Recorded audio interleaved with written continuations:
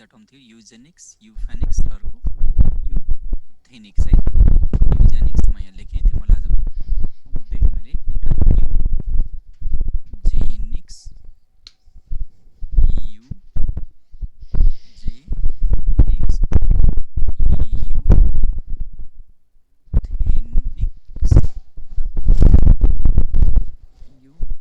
युफेनिक्स। Anybody can try, तिमी try गर्न सक्छौ।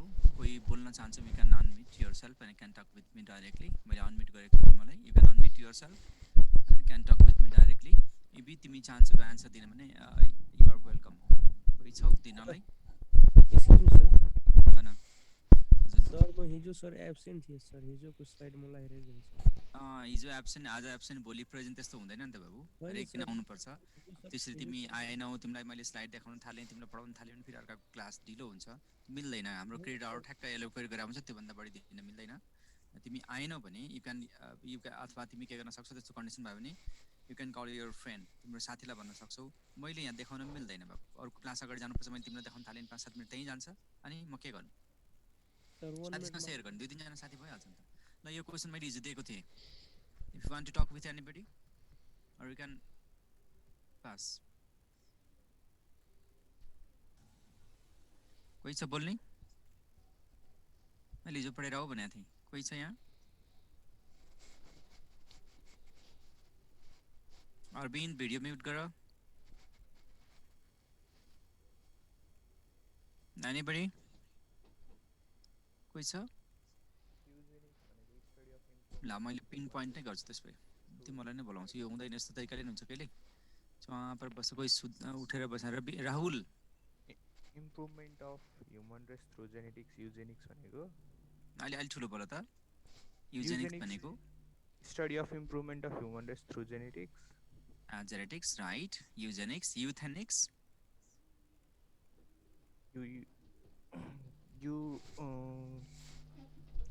त्यसपछि गएर युथेनिक्स भनेको चाहिँ डिसअर्डरले गरेर। हैन, डिसअर्डर गरेर के गर्ने? डिसअर्डर भयो के गर्ने? Study of improvement of human race युफेनिक्सको चाहिँ। अनि त्यसपछि युफेनिक्समा के चेन्ज गर्ने? युजेनिक्समा चाहिँ तिमीले के भने, युजेनिक्समा जिन चेन्ज गर्ने भन्यो है, राइट छ होला। अब एकछिनमा डिफाइन गरौँला के हुन्छ भनेर त म एकछिनमा भनिहाल्छु। म यहाँ लेख्छु तिमीले भनेको कुरा यहीँ। युजेनिक्स भनेको के अरे? जिन चेन्ज गर्ने, यो जेनेटिकली चेन्ज गर्ने। यो भनेको ह्युमन रेस, यहाँ याद गर्नु उसले भनेको, राहुलले भनेको एउटा इम्पोर्टेन्ट कुरा, ह्युमन रेस, मान्छेलाई सुधार्ने, मान्छेको जात सुधार्ने कसरी, एउटा टर्म आयो युजेनिक्स। उसले भन्यो genetics, right, based on genetics. And what about euthenics? Euthenics भनेर चाहिँ के त राहुल? ट्राई गर। इन्भाइरोमेन्टल फ्याक्टरहरू, इन्भाइरोमेन्टले कन्ट्रोल गर्ने। ल, इन्भाइरोमेन्ट भनेको उसलाई राम्रो हेबिटेट दिएर, राम्रो खानेकुरा दिएर, राम्रो एजुकेसन दिएर उसलाई सुधार्ने। Then what's about युफेनिक्स?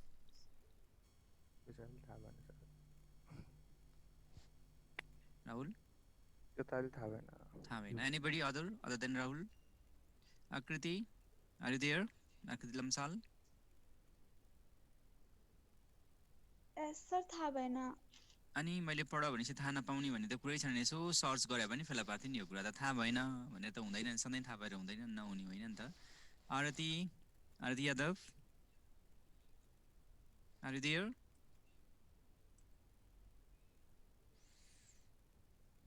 न प्रशंसा, जेनेटिक इन्जिनियरिङबाट ह्युमन रेस इम्प्रुभ गर्ने। ल ठिक छ, यो चाहिँ बुझ्नै पर्ने है तिमीले। एउटा इम्पोर्टेन्ट कुरा चाहिँ यो ख्याल गर्ने, पढ्नु भनेपछि पढेर आउनु पर्छ। यो चाहिँ जेनेटिक इन्जिनियरिङबाट सुधार गर्ने भनेको छ। लगभग तिमीले भनेको कुरा राइट कहाँनिर छ भन्दा, हामीले ह्युमन रेस इम्प्रुभ गर्ने, मान्छेलाई सुधार्न पर्यो, राइट। किन सुधार्ने भन्दा, अब हाम्रो लागि त मान्छे, हामीले फेस गर्ने त मान्छे नै हो। मान्छेलाई कसरी सुधार्ने त भन्दा, उसँग जेनेटिक एक्ट आउँछ। जेनेटिक एक्ट त सबैसँग छ। अब जेनेटिक एक्ट के हो, जिनोटाइप के हो भने हामीले पढिसकेका छौँ। जिनोटाइप सबैसँग छ। यसले जे एक्सप्रेसन गर्छ त्यो के हो, फिनोटाइप, राइट। जे छ उसँग त्यो जिनोटाइप हो, जे देखाउँछ उसले फिनोटाइप हो। फिनोटाइप देखाउने एउटा कारण के हो, जिनोटाइप। अर्को कारण मैले इन्भाइरोमेन्ट पनि भनेको थिएँ। अब इन्भाइरोमेन्टले जो एक्सप्रेसन गर्छ त्यो इन्भाइरोमेन्टले गरेको टाइप पनि के हो, फिनोटाइप नै हो। तर इन्भाइरोमेन्ट चाहिँ सोमेटिक हुँदैन, यो चाहिँ सोमेटिक। यो इन्भाइरोमेन्ट चाहिँ सोमेटिक हुन्छ, जेनेटिकल चाहिँ सोमेटिक भन्दा जर्मिनल हुन्छ भनेको थिएँ। सो जेनोटाइपबाट आएको क्यारेक्टर चाहिँ के हुन्छ, इनहेरिटेबल हुन्छ भनेको। यो इनहेरिटेन्स चाहिँ इनहेरिटेबल हुन्छ भनेको के भन्नु पर्यो, बाउ आमाबाट बच्चामा जान्छ भन्न खोज्या हो। तर जब इन्भाइरोमेन्टल इन्डक्सन हुन्छ त्यो चाहिँ नन इनहेरिटेबल हुन्छ भनेको यो बच्चामा जाँदैन तर सुधार त गर्न सक्यो एउटा दुईटा जेनेरेसन सुधार गर्न त सक्यो नि त त्यही भएर के भन्नु पर्यो ठिक छ युजेनिक्स भनेको मान्छेको जिन नै सुधार गर्ने मतलब जिनोटाइप सुधार गर्ने जो के हुन्छ हेरिटेबल हुँदो रहेछ इनहेरिटेबल हुँदो रहेछ बाबाबाट बच्चामा जान्छ यो भनेको अ टाइप अफ जिन इम्प्रुभमेन्ट हो जिन नै इम्प्रुभमेन्ट गर्ने अब जिन इम्प्रुभमेन्ट कसरी गर्ने भन्दा अब हामी सेलेक्सन गर्न सक्छौँ इम्पोर्टेन्ट हाइब्रिड्सहरू सेलेक्सन गर्न सक्छौँ या क्रस गर्न सक्छौँ जेनेटिकली सुधार गर्नु पऱ्यो कि त्यो चाहिँ हामीले गर्ने होइन यो नेचुरली अथवा इन्डक्सनबाट गर्न सक्छौँ हामी इन्डक्सन आर्टिफिसियल भयो त्यसरी गर्न सक्छौँ जो जिनोटाइप चेन्ज गर्ने प्योर लाइन मात्रै खेती गर्ने अथवा हाइब्रिडलाई इलिमिनेट गर्दै जाने ब्याकक्रस टेस्ट दुनियाँ चिजबाट गर्न सक्छौँ युजेनिक्स भनेको नजिककोसँग बिहे नगर्ने टाढाकोसँग बिहे गऱ्यो भने नि युजेनिक्समा एउटा जिन सुधार हुन्छ अर्को के हो होइन उसँग जिनको डिफेक्ट छ जिनमा कुनै इरर छ जिनमा नराम्रो छ तर उसलाई अब इन्भाइरोमेन्ट दिने अथवा ऊ नराम्रो हो भने पनि उसलाई इन्भाइरोमेन्ट दियो भने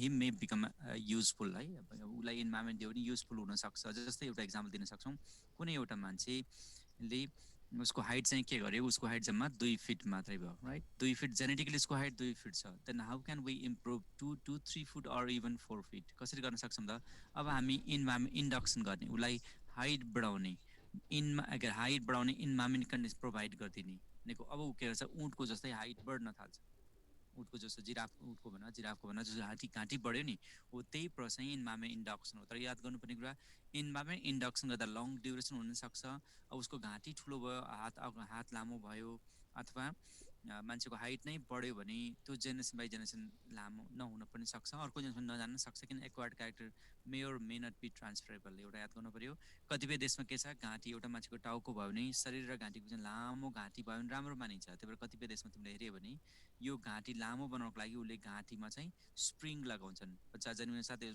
स्प्रिङ लगाउँछन् यो पुरै टाइट गरेर तिमीले देख्न सक्छौ कतिपय आदिवासीहरूमा देखिन्छ यो अफ्रिकन बेडको आदिवासीमा देखिन्छ घाँटीमा के भने स्प्रिङ लगाउने घाँटी लामो बनाउनको लागि अब बच्चा जन्मिन पाएको छैन जन्मेको केही महिनापछि घाँटी के हुन्छ छोटो हुन्छ नि त्यसमा स्प्रिङ लगाइदिने अनि बढ्दैन यो घाँटी यो हिँड्न घाँटी टाउको चलाउनु नि गाह्रो हुन्छ यो यसरी यो लामो किन गऱ्यो भन्दा यसलाई उनीहरूलाई के भ्रम छ भन्दा घाँटी लामो भएको मान्छे राम्रो हुन्छ भन्ने छ द्याट इज कल युथेनिक्स भयो थेनो भनेको थेनोलोजी भनेको इथेनोलोजी भनेकै इथोनो भनेको इथ्नो भन्छ नि इथ्नो भनेकै इन्भाइरोमेन्ट हो कि इथ्नो बट्ने इन्भाइरोमेन्ट इन्डक्सन बट्ने जस्तै मान्छेले इथनिक पिपुल्सहरूले खेती गर्न प्लान्ट्सको युज गर्न थाल्यो भने त हामी इथ्नो बट्ने भन्छौँ नि इथनिक पिपुलहरू भनेको त इन्भाइरोमेन्टमै जन्मेका मान्छेलाई हामी इथनिक पिपुल आदिवासी जनजाति भन्छौँ नि वाट्स अबाउट युफेनिक्स अब यो जेनेटिकली चेन्ज गरे पनि होइन इन्भाइरोमेन्ट इन्डक्सन गरे पनि होइन उसको कुनै एउटा किडनीले काम गरेन किडनी रिप्लेस गर्न पर्यो अथवा उसको एउटा जिन थियो जसमा इन्सुलिन प्रडक्सन गर्ने थियो उसँग इन्सुलिन प्रडक्सन गर्ने जिन छैन अब हामी उसलाई जिन नै इनोकुलेट गर्छौँ जिन नै हाल्यो जिन थेरापी गर्यो जिन ट्रिटमेन्ट गर्यो अथवा कुनै चिज इन्डक्सन गरेर जिनको थ्रु हर्मोन निकालेर गऱ्यो भने नि त्यो युफेनिक्स हुन्छ तीनवटैमा एउटै कुरा के हो we can improve we are trying to improve the human races improvements of human race by application of genetics that means genetic involve हुनु पर्यो यो भनेको युजेनिक्स हो आजकल मान्छेमा नस्ल सुधार मान्छेको जाति सुधार गर्नलाई कोसिस गरिरहेको छ है euthenics improvements of human race by providing better environments condition like better nutrition better climate education खानेकुरा भएन एजुकेसन भयो फुड भयो यो सबैबाट हामी क्यान बी कन्ट्रोल गर्ने कसो राम्रो कुरा दियो भने ऊ राम्रो हुन्छ भन्न खोजा कि चोरहरूलाई सुधार गृहमा पठायो भने के हुन्छ सुधार हुन्छ भने हो नि तर त्यो सुधार चाहिँ उसको जेनेरेसनमा उसको लागि मात्रै हुन्छ उसले आफूले बच्चाहरूलाई सुधार्न सक्दैन यो चाहिँ इन्भाइरोमेन्ट युथेनिक्स भनेको इन्भाइरोमेन्ट युजेनिकको जिन भयो यो चाहिँ जिनोटाइप नै चेन्ज गर्छ यसले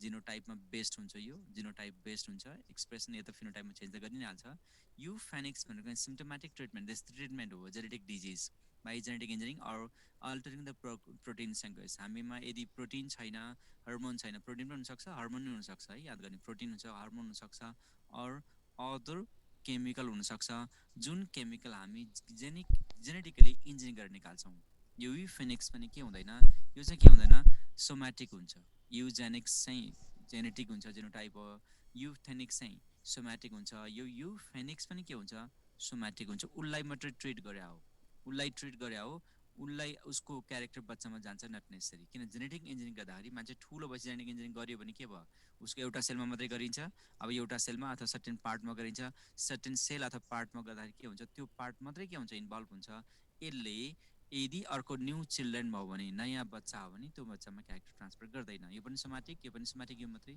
जेनेटिक भयो याद गर्ने युजेनिक्स जिनोटाइप चेन्ज गर्ने युथेनिक्स इन्भाइरोमेन्ट चेन्ज गर्ने युफेनिक्स प्रोटिनहरू चेन्ज गर्ने जेनेटिक इन्जिनियरिङबाट प्रोटिन सिक्वेन्स चेन्ज गर्ने उसँग प्रोटिन बन्दैन हार्मोन बन्दैन भने प्रोटिन हार्मोन बनाउने कोसिस गर्ने जो हामी गर्न त इन्जिनियरिङ जिन नै हाल्छौँ यसमा युफेनिक्स र युजेनिक्समा दुवै जिनै हाल्छौँ तर युजेनिक्समा चाहिँ जिनोटाइप ट्रान्सफर हुन्छ युफेनिक्समा जिनोटाइप ट्रान्सफर हुँदैन भनेको यदि मुसाको हामीले मुसालाई के अरे पुच्छर नम्बरको मुसा बनाउनु लाग्यो भने द्याट इज युथेनिक्सबाट होइन युजेनिक्सबाट होइन हामी युफेनिक्सबाट मुसाको जन्मिने छ मुसाको पुच्छर काटिदिने गाई बस्तुको सिङ आयो भने मन पर्दैन भने गाई बस्तु भर्खर जन्मेको हुन्छ नि त्यतिखेर उसको सिङ जब आउन थाल्छ हर्न हुन्छ नि माथि त्यो सिङ आउनुभन्दा पहिला नै सिङको जो जमिनल सेलहरू हुन्छ त्यहाँ डिभाइड गर्ने सेल हुन्छ त्यो सेललाई आगोले पोलिदियो भने त्यो चलन पनि छ गाउँघरतिर त्यो गाई बस्तुमा सिङ आउँदैन घरमा पाल्ने एनिमलको हर्न चाहिँ राम्रो हुँदैन भन्छ नि ल अर्को जम्पिङ जिन यो भनेको के भन्दा जस्तै हामीले के भनेको छौँ जेनेटिकली जिन कहीँ त बसेको हुन्छ त्यो बसेको जिन लोकेसन चेन्ज गर्दाखेरि असर गरेन भने जस्तै तिम्रो क्लासमा हेर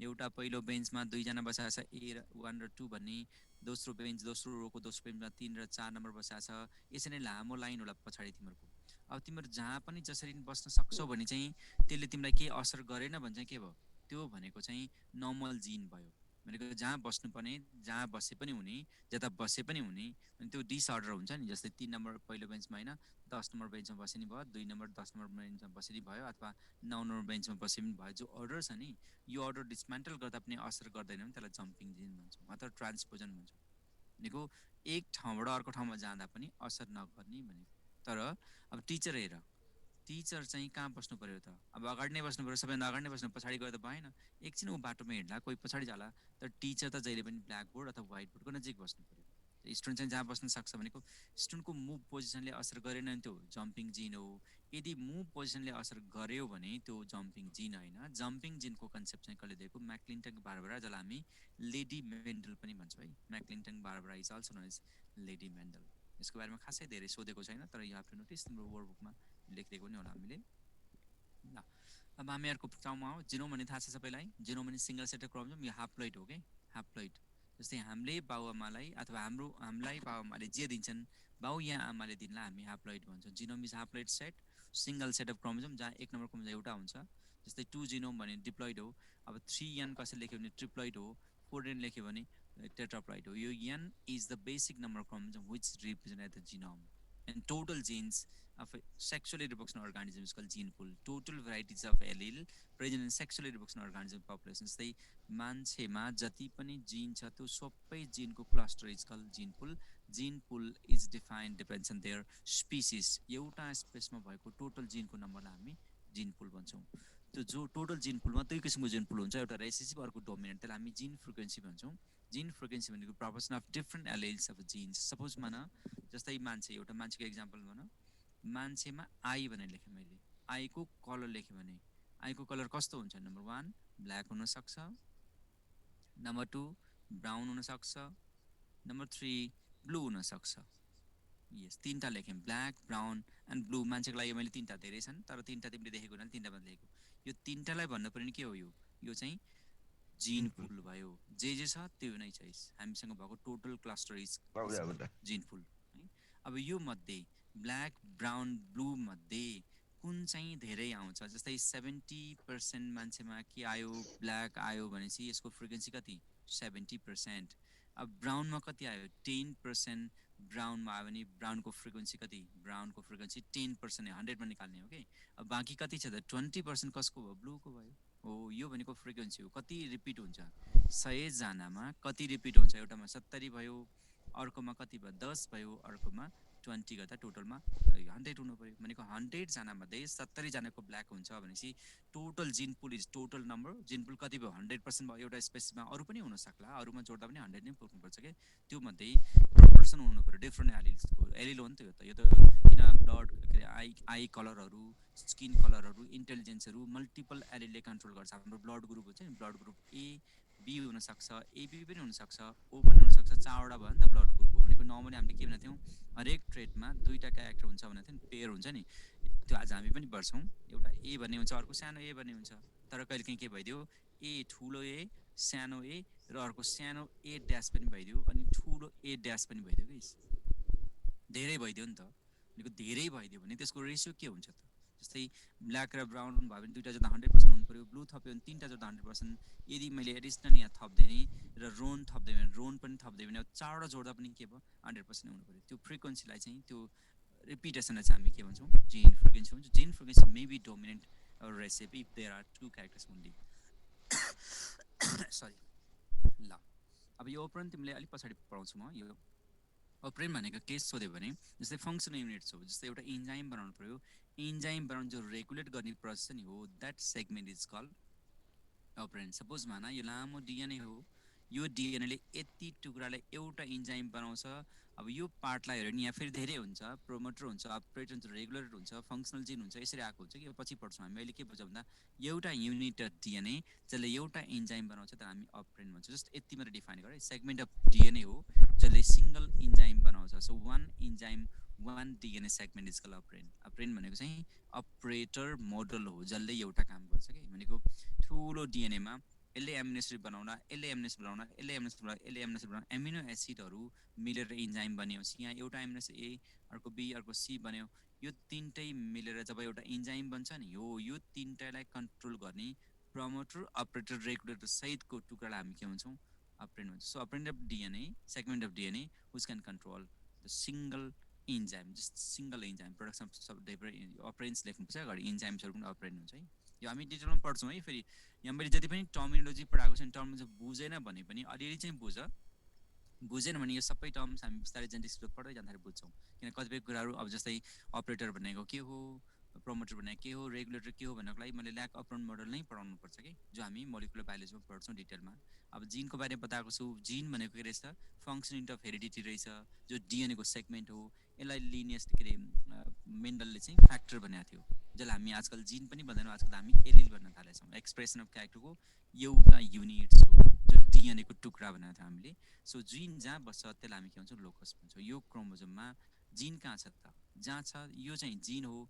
यो त क्रोमोजोमभित्र त डिएनए हुन्छ नि, डिएनएको एउटा टुक्रा चाहिँ के हो, पहिला के रहेछ, सबभन्दा ठुलो के हो, क्रोमोजोम। क्रोमोजोमभित्र के हुँदो रहेछ, डिएनए हुँदो रहेछ। डिएनएभित्र के हुँदो रहेछ, डिएनएको सेगमेन्ट के हो, जिन हो। जिन जहाँ बस्छ त्यो ठाउँको नाम चाहिँ लोकस हो, बस्ने ठाउँ के। एज अ होल बिल्डिङ के रहेछ, क्रोमोजोम। यस, क्रोमोजोमभित्रको तिमीहरू के हो, के अरे डिएनए हो। तिमीहरू 4-5जना मिलेर एउटा के भन्छ, क्लास भन्छ। डिएनए भन्दा जिन ठुलो रहेछ नि त, क्लास भन्छ। क्लासहरूको पोजिसन कहाँ त, फर्स्ट फ्लोर कि सेकेन्ड फ्लोर कि थर्ड फ्लोर कि ग्राउन्ड फ्लोर हो, त्यो चाहिँ लोकस हो। लोकस भनेको के रहेछ, जिनको पोजिसन अन क्रोमोजोम याद गर्नु पऱ्यो। अनि एलिल अब हामी पढ्छौँ, त्यो चाहिँ allele alternative form of gene for contrasting character present. Yes, ल होमोलोगस क्रोमोजोम, त्यो भित्र चाहिँ के हुन्छ, एउटा होमोजाइगस एलिल हुन्छ। एउटा होमो भनेको थिएँ मैले, अर्को हेट्रो भनेको थिएँ, अर्को हेमी भनेको थिएँ। अब हामीले पढ्ने चाहिँ यो दुईवटा मात्रै हो। यहीँबाट आज हामी सुरु गर्छौँ। ल लगभग के सक्यो। लोकस भनेको लोकेसन हो क्या, लोकस जिनको, जिन वेयर लाइज भन न, वेयर पोजिसन, यसरी भन, पोजिसन अफ जिन। सिधा डेफिनेसन नै हो, पोजिसन अफ जिन के, position of gene, position of gene on chromosome. क्रोमोजोममा कहाँ बस्छ भनेको लोकस भन्छौँ त्यसलाई हामी। लोकस भनेको पोजिसन हो, कहाँ बस्छ के। जस्तै यो त क्रोमोजोम हो, यो क्रोमोजोम, अझै क्रोमोजोम यसरी देखाऊ, यो क्रोमोजोम हो, यो क्रोमाटिड भन्ने यहाँ क्रोमोजोम हुन्छ, फाइबर हुन्छ। यो डिटेलमा पनि साइटोलोजीमा पढ्नुपर्ने 11मा क्रोमोजोमको स्ट्रक्चरमा हुन्छ। यो सानो थिन थ्रेड छ नि, यो क्रोमाटिन थ्रेड्स हो नि। यो डिएनए हुन्छ नि यसमा, यो लामो डिएनए तिमीले यसरी पढाएको छ, यसरी देखा होला, यो यस्तो खालको स्ट्रक्चर देखा होला होइन, यस्तो खालको डिएनए पढायो होला। अलिअलि डिएनए त तिमीले पढिसकेको छ नि, तिमीले डिएनए पढिसकेको छ, त्यसले गर्दा डिएनए म पनि पढाउँछु, तर मोलिकुलरतिर नगइकन म एप्लिकेसनतिर गएँ अहिले। अब डिएनए चाहिँ एटी होला, जिसी होला, दुनियाँ अर्डर बसा हुन्छ नि। यो मध्ये यति टुक्राले के गर्छ, यति टुक्राले यदि एउटा, याद गर, यति टुक्राले एउटा प्रोटिन बनाउँछ भने त्यो के हो, वान जिन भयो, राइट। कमन पुरानो कन्सेप्ट हो क्या यो जिन। यो सेगमेन्टमा कहाँ छ त, लामो होला नि, त्यो त डोर त लामो होला नि हो। यो ठाउँमा यो जिन छ भने चाहिँ यो जिन ए भनेर मान, यो जिन यहाँ छ भने चाहिँ यो बस्ने ठाउँको नाम चाहिँ के हो, लोकस हो के। जहाँ छ यत्रो छ नि, यहाँदेखि नाप न, यहाँदेखि यो पोइन्टदेखि यहाँसम्म कति छ सायद 2 माइक्रोन होला अथवा 2 नानोमिटर होला लेन्थ नाप्यो यो यति रहेछ यति डिस्टेन्स अनि यो त टुप्पोबाट यो टेलोमेर भयो अर्को पनि होला नि टुप्पो यहाँबाट कति भयो भन्दा 0.1 माइक्रोन होला अथवा 0.1 नानोमिटर होला हो यो पोजिसन पत्ता लगाउने हो भोलि हामी किन पोजिसन पत्ता लगाउनु पर्छ भन्दा यो जिन यदि डिफेक्ट रहेछ भने यो जिनले कुनै क्यारेक्टर कोड गरेको रहेछ अथवा यो चाहिँ म्युटेसन भएको रहेछ भने अब हामीले चट्ट काटेर निकाल्छौँ त्यसलाई पहिला ऊ कहाँ बसेको छ थाहा पाउनु पर्यो त्यो जिन बसेको ठाउँलाई हामी लोकस भन्छौँ है ल अब हामी ल अफ इनहेरिटेन्समा आयो भनेको अहिलेसम्म हामी कहाँ थियौँ टर्मिनोलोजी मैले सुरुमै डिफाइन गर्दा के भनेको थिएँ वाट इज अहिलेसम्म हामी पढेको के रहेछ टर्मिनोलोजी अहिलेसम्म हामीले के पढ्यौँ टर्मिनोलोजीमा सुरुदेखि नै हामीले एउटै के भनेको छ भन्दा जेनेटिक्स भनेको के हो जेनेटिक्स भनेको के हो यस दुईवटा कुरा एउटा इनहेरिटेन्स अर्को भेरिएसन राइट दुईवटा हामीले भनिरहेका छौँ अब यो बुझ्नको लागि मैले टर्महरू दिएको सिधै यहाँबाट सुरु गरे पनि हुन्थ्यो तर टर्मिनोलोजी बुझ्यो भने मलाई भित्र अलिक कम एक्सप्लेन गरे हुन्छ भनेको छ यसमा चाहिँ ल हुन्छ भनेको थिएँ यसमा चाहिँ कज हुन्छ भनेको थिएँ मैले राइट यो कजहरू भनेको हामी लास्टमा पढ्छौँ यो कजहरू भनेको जस्तै म्युटेसन हो होइन म्युटेसनले चेन्ज भएर आउँछ क्रसिङ ओभरले चेन्ज भएर आउँछ भनेको यो चाहिँ अन्तिम पार्ट्समा हुन्छ याद गर्नु पऱ्यो अनि इनहेरिटेन्स चाहिँ आज हामी पढ्छौँ इनहेरिटेन्स र भेरिएसको बिचमा फेरि के हुन्छ मिक्स हुन्छ त्यो चाहिँ लिङ्केज हुन्छ फेरि हो अब मैले पढ्ने आधार के भन्ने पहिला म इनहेरिटेन्स पढाउँछु त्यसपछि लिङ्केज पढाउँछु अनि बल्ल हामी म्युटेसन अथवा भेरिएसनतिर जान्छौँ सो हाम्रो पढ्ने जेनेटिक्स सेसन हो पहिला हामी इनहेरिटेन्स पढाउनु पऱ्यो इनहेरिटेन्स भनेको ट्रान्सफर हुन्छ क्यारेक्टर भन्ने हो त्यो ट्रान्सफर हुँदा चेन्ज भएर आउँछ कि उस्तै आउँछ बिचमा इनहेरिटेन्स र भेरिएसनको बिचमा चाहिँ linkage so linkage never follows a variation and never follows a inheritance linkage is middle character हो लिङ्केजले इनहेरिटेन्स पनि फलो गर्दैन भेरिएसन फलो गर्दैन इनहेरिटेन्सले के भन्छ क्यारेक्टर ट्रान्सफर हुँदाखेरि यसरी ट्रान्सफर हुन्छ ल भन्छ त्यो ल लिङ्केजले मान्दैन र भेरिएसन के भन्छ बाउभन्दा बच्चाउची फरक हुनुपर्छ भन्दा लिङ्केजले हुँदैन फरक हुन सक्दैन पनि भनिदिन्छ तर हामीले पढ्दा तिनवटा पार्ट हेर्नु पऱ्यो हेर्दाखेरि लिङ्क जेनेटिक्समा तिनवटा पार्ट के हुँदो रहेछ भन्दा inheritance linkage and variation so हामी स्टार्ट गर्छौँ inheritance then what is inheritance के हो इनहेरिटेन्स भनेको भन्दा ट्रान्सफर हो क्यारेक्टर्स भनेको इनहेरिटेन्स इज ट्रान्सफर क्यारेक्टर अब हामी यहाँतिर पुग्यौँ ट्रान्सफर अफ ट्रेड भने मैले ट्रेड र क्यारेक्टर डिफाइन हिजो गर्दा थिएँ फरक ल यो ट्रान्सफर अफ ट्रेड हो भनेको कहाँबाट ट्रान्सफर हुन्छ यो प्यारेन्ट छ यो प्यारेन्टबाट केमा जान्छ उनीहरूको अफस्प्रिङमा जान्छ राइट अफस्प्रिङमा जान्छ ओएफ अफस्प्रिङमा जान्छ इस अब क्लोनमा होइन अफस्प्रिङको कुरा गर्छौँ हामी गयो यो ट्रान्सफर त भयो नि त यो ट्रान्सफर कसरी हुन्छ भन्दाखेरि ल चाहियो बाउ-आमाको क्यारेक्टर बच्चामा कसरी जान्छ सपोज बाउ टल छ भने बच्चा कस्तो हुन्छ टल हुन्छ कि ड्वाफ हुन्छ त यो त डिफाइन गर्नु पर्यो यो डिफाइन गर्ने कन्सेप्टहरू छन् there are 3 types of concept Mendel भन्दा अगाडि मेन्डल भन्दा पछाडि र मेन्डल इज फाउन्डर किन मेन्डल आधार मानेको भन्दा मेन्डल इज फाउन्डर मेन्डल भन्दा अगाडिको कन्सेप्ट चाहिँ के वर्ल्ड कन्सेप्ट हो यो चाहिँ nonsense non scientific world non scientific कन्सेप्टहरू छन् हामीले फाउन्डर कसलाई मान्यौँ मेन्डललाई मान्यो भनेपछि यो चाहिँ फाउन्डर भयो भने यो चाहिँ वेल एक्सप्लेन छ यो चाहिँ साइन्टिफिकहरू रहेछ हामीले सबै पढ्नु पर्यो हिस्ट्री हो pre Mendel is just history मात्रै जसको कुनै मिनिङ छैन तर हामी पढ्न त पढ्छौँ यो हिस्ट्री भनेर पढ्छौँ पहिला यस्तो पनि भन्थ्यो है मान्छे चाहिँ भगवान्ले क्रिएट गरे अब मान्छेको खुट्टाबाट यो आयो होइन अहिले तिमीले सोच्दा नि पढ्दैछौ नि त कहीँ सुने पनि होला तिमीले मान्छेको टाउकोबाट यो आयो खुट्टाबाट यो आयो मान्छेको ब्लडबाट कुन राक्षसको ब्लडबाट जमिन क्रिएट भयो होइन हड्डीबाट जमिन क्रिएट भयो पहाडहरू भयो अनि रगतबाट नदी बन्यो समुद्र बन्यो भन्छ नि हो that is the Vegat concept हो जो प्री मेन्डेलियन कन्सेप्टको आधारमा हामी मान्न सक्छौँ उनीहरूले के भन्छ जब लजिक जब हामी एउटा इम्पोर्टेन्ट कुरा साइन्समा के हुन्छ भन्दा साइन्स र धर्ममा फरक के छ साइन्स र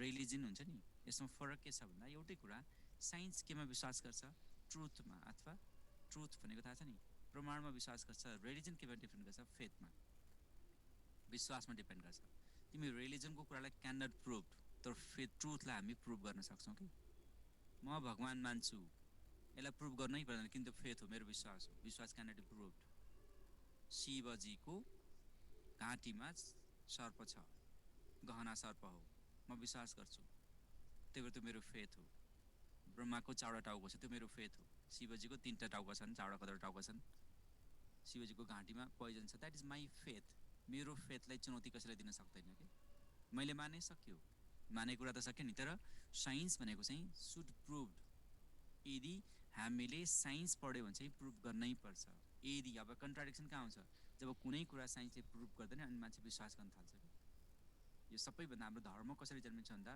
मान्छेको जन्म कसरी भयो, जब मान्छे एक्सप्लेन हुँदैन नि मान्छेको ओरिजिन कसरी भयो, जब हामी क्लियर भन्न सक्दैनौँ अनि मान्छे भन्छ ए मान्छे जन्मियो खाइ भएन कहाँबाट आयो कहाँबाट, त्यस भए भगवान्ले दियो। यो चाहिँ एउटा इन्ट्रेस्टिङ फेनोमेना हो क्या। जब जो मान्छे बढी पढेको हुन्छ, जो धेरै पढाएको हुन्छ, त्यो मान्छेले र पढ्दै नपढेको मान्छेले दुवैले भगवान् विश्वास गर्छन्। हामी बिचका हुन्छौँ नि, नजानेका छौँ नजान्ने पनि होइन, जानेका नि होइन। हामी धेरै जानेका नि छैनौँ, कम पनि जानेका नि छैनौँ, धेरै जानेका नि छैनौँ, जान्दै नजाने अलिकति पढाएको छौँ नि। यो बिचको मिडल हुन्छ नि, हामी जस्तो तिम्रो जस्तो मिडल म्यान हुन्छ नि बिचको, हो यो मान्छे चाहिँ अनि गडमा विश्वास गर्दैन। किन यस्तो भएको भन्दा अब हामीलाई के थाहा छ, हामी त साइन्स पढाएको छौँ, खोइ गड कसले देखाएको छ, कसले नापाएको छ, कसले देखाएको छ भन्छ नि त। किन हामीले साइन्समा खालि मेट्रिक्समा कन्भर्ट गर्छौँ कि, मेट्रिक्समा। एउटा इम्पोर्टेन्ट कुरा यो, मेट्रिक्स क्यान बी मेजर्ड। अब हेर, नाप्न सकिन्छ भनेपछि त्यो साइन्स भयो, नाप्न सकिन्न, पर्सिभ गर्न सकिएन अनि त्यो साइन्स होइन भन्छ कि। अब गड नाप्न सकिन्छ भन्ने छैन नि त, हामीले नदेख्ने गड होला नि त। हो त्यो कसले मान्छ, धेरै पढिसकेको छ। धेरै पढेको मान्छेले कुनै क्वेसन पत्ता लगाउँछ, क्वेसन खोज्दै जान्छ, क्वेसनको एन्सर खोज्दै जान्छ, नपाएपछि के हुन्छ, सबै क्वेसनको एन्सर त हुँदैन नि त, अनि क्वेसन मार्क गर्छ। हो त्यसो भए त अब त धार्मिक हुनु पऱ्यो, त्यसो भए त भगवान् छ, कोही त समथिङ छ नि त। हो त्यही भगवान् छ भन्ने थ्योरी चाहिँ प्री मेन्डलियन कन्सेप्ट हो। मेन्डलले चाहिँ भगवान् होइन भनेको छ। जस्तो तिमी आउँछ नि अर्गानिक एभोल्युसनमा, डार्विनभन्दा अगाडिको थ्योरी कस्तो थियो, वाइगत थ्योरी। डार्विनभन्दा पछाडिको थ्योरी इम्पोर्टेन्ट थ्योरी आयो, Darwin is bench marker of organic evolution. Similarly जेनेटिक्समा bench marker of genetics Mendelism, यो चाहिँ याद गर्नु पऱ्यो। सो मैले के बुझाउन खोजेँ तिमीलाई भन्दा, पुरानो कन्सेप्टहरू वेल नन थिएन, जो हामी गफ गरेर जस्तो लाग्छ कि। सपोज हेर न, गफ गरेर कसरी लाग्छ, pre Mendelian is moist vapour theory, कस्तो गजबको थ्योरी छ। यसले के भन्छ, मोइस्ट भेपरले बच्चा जन्मिन्छ अरे, शरीरबाट भेपर निक्लिन्छ, त्यो भेपरहरूबाट बच्चा जन्मिन्छ, पाइथागोरसको थ्योरी। रमाइलो छ नि त है। अर्को रिप्रोडक्टिभ ब्लड थ्योरी, एरिस्टोटलले के भन्छ, केटा र केटीसँग, मेल र फिमेलसँग मेलको रगत प्योर हुन्छ र यहीँबाट सुरु भएको मेल र फिमेल भन्ने चिज। केटाको रगत चाहिँ प्योर हुन्छ, केटीको रगत इम्प्योर हुन्छ, महिलालाई चाहिँ इम्प्योर मानेको छ उसले, एरिस्टोटल माने हो। त्यो दुईवटा ब्लड चाहिँ कोगुलेट गरेपछि, ब्लड मिसेपछि अनि केटा यदि प्योर भयो भने केटा जन्मिन्छ, इम्प्योर भयो भने केटी जन्मिन्छ। हो त्यहाँबाट सुरु भएको रिप्रोडक्टिभ ब्लड। त्यो हामी बाबाको रगत हौँ भन्छौँ नि त एरिस्टोटलको, किन यो त ठुलो क्रान्ति थिएन नि त। एरिस्टोटल त कुनै क्रिस्चियन इन्भेन्टर हो यो होइन, एरिस्टोटल त क्रिस्चियन संस्कारमा मानिन्छ। यो क्रिस्चियन धर्म मानिले के भन्छ भन्दा, हाम्रो ब्लड चाहिँ बाबाआमाको रगतले बनाएको हुन्छ। वास्तवमा बाबाआमाले हाम्रो रगत दिएको होइन, बाबाआमाले ग्यामेट दिया हो। रङ कन्सेप्ट थियो, यो पनि रङ भयो। अनि पर्फर्मेन्स थ्योरीले के भन्छ, लेवनक माल्फिजी समरडमले के भन्छ, हाम्रो एग हो कि स्पर्म मतलब छैन, यो एग भए पनि यो स्पर्म भए पनि यहाँभित्र सानो मान्छे हुन्छ अरे, सानो मिनिएचर ह्युमन हुन्छ अरे, सानो मान्छे हुन्छ है। यसलाई हामी ह्युमेनिकुलस भन्छौँ। मिनिएचर लाइफ हुन्छ त्यहाँ हरेकको, नट ओन्ली मान्छेको के हुन्छ, बिरालोको नि बिरालोको सानो बिरालो हुन्छ कि। अब दुईवटा झगडा गर्छ अरे, यिनीहरू झगडा जसले जित्छ त्यही हुन्छ भन्ने थ्योरी, पर्फर्मेन्स थ्योरी। गजबको थ्योरी छैन, एग स्पर्मभित्रै मान्छे हुन्छ त। थ्योरी पाइन्छ डार्विनको थ्योरी इज मर्फेस अथवा डार्विनको थ्योरी। उसले के भन्छ, मान्छे एउटा केटा हो, अर्को केटी हो, केटा केटी त चाहियो, एउटा केटा एउटा केटी त चाहियो, बिहे गरेपछि मात्रै बच्चा हुने हो। अब यो केटाको आधा पार्ट, केटीको आधा पार्टबाट, केटाको आधा फ्याक्टर, केटीको आधा फ्याक्टर भयो। प्यान्जिन भनेको जिन हो, यो पछि जिनमा युज भयो। यो प्यान्जिन इज फ्याक्टर हाइपोथेसिस पनि हुन्छ। यो बाउआमाको दुईवटा आँखा छ भने, यसमा दुईवटा आँखा छ भने, बच्चामा पनि दुईवटा आँखा हुन्छ भनेपछि एउटा आँखा कसको, बाउको, एउटा आँखा आमाको। त्यसरी नै लाखौँ कपाल छ भने आधा लाख जति कसको, जति लाख छ त्यसको आधा बाउको, आधा आमाको। अर्ध नारीश्वरको कल्पना गर्छ यसले। द्याट इज वाइगत थ्योरी। त्यो सम्भवै हुँदैन। यसको मतलब के हो भने, यदि हामीले एउटा बाउको हात काटिएको रहेछ, आमाको दुईवटा हात रहेछ, बाउको हात चाहिँ कुनै एक्सिडेन्टमा परेर काटियो, त्यसो हो भने अब बच्चामा दुईवटा हात हुँदैन त, एउटा र आधा हात हुन्छ त। जबकि आमामा के छ, दुईवटा हात छ, बाउमा एउटा हात छ। जे पनि हुनसक्छ नि त्यो, नट नेसेसरी। अब आमामा 5वटा औँला छ, बाउमा 5वटा औँला छ, तर छोरामा 6वटा औँला पनि हुनसक्छ। That is very wrong theory, मानेन। अनि जम प्लाजन थ्योरी वाइडली एक्सेप्टेड हो। यसमा हेर्नुपर्छ एक्चुअली। फेरि हेर त, पाइथागोरसले के भन्यो, body of male produce moist vapour during coitus which forms any body part. सबै एम्ब्रियो बनाउँछ भने कति गजबको चिज हो। एम्प्लोरस, यसलाई हामी के भन्छौँ, फर्मेन्स थ्योरी। यस फ्लुइड थ्योरी पनि भन्छौँ। Body part produce of fluid, अहिले भेपर अहिले फ्लुइड। कहिले हावा निकाल्छ भन्छ, कहिले पानी निकाल्छ। यस्तो त हुँदैन नि त। इम्ब्रियो बनाउनलाई पानी होइन नि, ग्यामेट होला। ग्यामेटमा ग्यामेट देखेन, फरक चिज हो। एरिस्टोटलले, male produce highly purified reproductive bloods containing nutrients, female produce reproductive blood that is impure. Female is impure. Two reproductive blood coagulates in the body part of the female and form embryo. कस्तो रमाइलो है। Blood पनि pure र impure हुन्छ अरे है। Due to purity of के अरे purity of reproduct bloods in male it is mark. Male चाहिँ हेर्नु पऱ्यो, मेललाई ठुलो मान्ने को कसले रहेछ, महिला र पुरुष सेम होइन भन्ने मान्छे पहिलो एरिस्टोटल रहेछ। यो संस्कृति अहिले पनि अमेरिकामा छ, यो संस्कृति अहिले पनि युएसतिर छ। त्यहाँ मेल र फिमेललाई सेम मानिँदैन। मेलले फिमेल क्रिएट गरेको भनिन्छ, आदमले इब्सलाई क्रिएट गरेको भनिन्छ। यो चाहिँ अलिक खतरनाक छ। यो मैले कुनै धर्मको विरोध गरे होइन, केटाले महिलालाई क्रिएट गरेको भनिन्छ। बरु अरू अरू संस्कृति पनि चाइनिज हुनसक्छ, अब नेपालको जो हामीले धेरैले मान्ने, नेट नेसहरू सबैले मान्नुपर्छ, हिन्दू हेर, चाइनिज हेर, अथवा यसको अरू धेरै फर्ममा हेर, त्यसमा दुईवटा हुन्छ, शतरूपा र सन्तनु, दुईवटा भगवान्ले क्रिएट गरे अनि यिनीहरूले बच्चा पाए भन्छ। तर क्रिस्चियन संस्कारमा चाहिँ आदमले इभ क्रिएट गरेको छ, that Adam is first sex and Eve is second sex भन्ने चलन छ, महिला इज सेकेन्ड सेक्स भन्ने चलन छ डेभलप कन्ट्रीमा। किन भन्दा त्यो कन्ट्रिब्युसन कसको, एरिस्टोटलले भनेको हुनाले त्यो आँखामा छाया परे हो। अब साइन्सले त भन्दैन यो केटाले केटी डेभलप गर्न सक्छ भन्ने त होइन। केटा त कसरी आयो त भन्दा उसलाई कसरी क्रिएट गर्यो। अब यहाँ बिना बिहा गरेर अथवा बिना मेल बिना फिमेल क्रिएट गर्छ भन्ने थ्योरी नै रङ हो। कुनै पनि इन्डिभिजुअल छ, मेल गडले मेल डेभलप गर्न सक्छ, फिमेल गडले फिमेल डेभलप गर्न सक्छ, तर मेलले फिमेल, फिमेलले मेल डेभलप गर्न सक्दैन। मेलले मेल कसरी डेभलप गर्न सक्छ, that means type of cloning गर्न सक्यो नि त। फिमेलले फिमेल गर्न सक्छ, जबकि सेक्स क्यारेक्टर फरक छ। फिमेलमा के छ, एक्स र वाइ हुन्छ, उसले बनाउन सक्यो। तर फिमेलमा के छ, एक्स एक्स छ, उसले त कहिले पनि मेल बनाउनै सकेन नि त। मेल बनाउँदा मेलै चाहियो। बरु हुनसक्छ मेलको एक्स चाहिँ अर्को एक्समा फ्युज गर्यो भने बरु मेलले दुईवटा मेल र फिमेल बनाउन सक्ला, यो पनि अनुमान मात्रै, नट नेसेसरी। तर फिमेलमा त वाइ कहिले पनि छैन, फिमेलले मेल दिन्छ भन्ने कुरा सम्भवै छैन, जुन कुरा एरिस्टोटलले गरेको थियो, जो हामी मान्नेवाला छैनौँ। सम्मेडम उसले के भने सानो बच्चा हुन्छ अरे, यो एक लामो पुच्छर भएपछि यो के हो, स्पर्म हो, स्पर्ममा सानो मान्छे बसे आउँछ अरे, कतिखेर यसलाई मन लाग्छ बाहिर निक्लिन्छ अरे त। Theory states that miniature human called humanucleus is already present in egg and sperm which grow into human being after formation of zygote। कस्तो कस्तो बकवास थ्योरीहरू छ है। अब आयो वल्फले दिएको थ्योरी के हो त, एक्वायर्ड क्यारेक्टर्स स्पर्म। यो चाहिँ लामार्कले पनि प्रुभ गराएको छ है, लामार्क यसमै आधारित हो। Egg and sperm are undifferent cell different into various organ takes place after fertilization in zygote resulting development of adult tissue। it is universally accepted। यो चाहिँ राइट कहाँनिर छ भन्दा यो जाइगोटहरू बनेर आउँछ भन्ने छ। यो जाइगोटमा कसरी क्यारेक्टर आउँछ भनेको वल्फले डिफाइन गर्न सकेको छैन। यसलाई डिफाइन गर्न सक्ने मान्छे चाहिँ लामार्क हो। लामार्कले के गरेको छ, लामार्कले त्यही थ्योरीलाई तानेको छ, यही थ्योरीको आधारमा है, यही वल्फको थ्योरीको आधारमा लामार्किजम आयो। Character acquired by individual cell pass into progeny हो। यसले के बनाएको थियो, यसले भेरियस अर्गानहरू दिन्छ, जाइगोटबाट बनाएको छ, अनि एडल्ट टिस्यु दिन्छ भनेको छ, ठिक कुरा हो। तर यो एडल्ट टिस्युले कसरी बच्चा दिन्छ भन्ने कुरा इग्नोर गरेको छ उसले। सो वल्फको एक्सटेन्सन चाहिँ लामार्किजम रहेछ। अनि उसले के भन्छ, if it means that if new character acquired by animal, भने कुनै पनि क्यारेक्टर एक्वायर्ड गर्यो भने त्यो क्यारेक्टर उसले नयाँ जेनेसमा दिन्छ भने हो। भनेको कुनै एउटा मान्छेले अचानक उसले के गर्यो, छडा औँला लियो भने त्यो छडा औँला भएको क्यारेक्टर उसले बच्चालाई दिन्छ। कुनै एउटा मान्छे एक्सर्साइज गरेर बलियो भयो भने उसले के गर्न थाल्छ, त्यो क्यारेक्टर अर्को बच्चालाई दिन्छ। कुनै एउटा मान्छे पढेर जान्ने भयो भने उसले आफ्नो बच्चालाई पनि पढेर जान्ने बनाउँछ भन्न खोजा हो। It means if a man develop strong muscle by exercise all his children would have a strong muscle भनेर उसले भनिदियो, जुन थ्योरी वाइजम्यानले रिजेक्ट गर्यो। वाइजम्यानको थ्योरी के हो, जोम्प्लाज्म थ्योरी।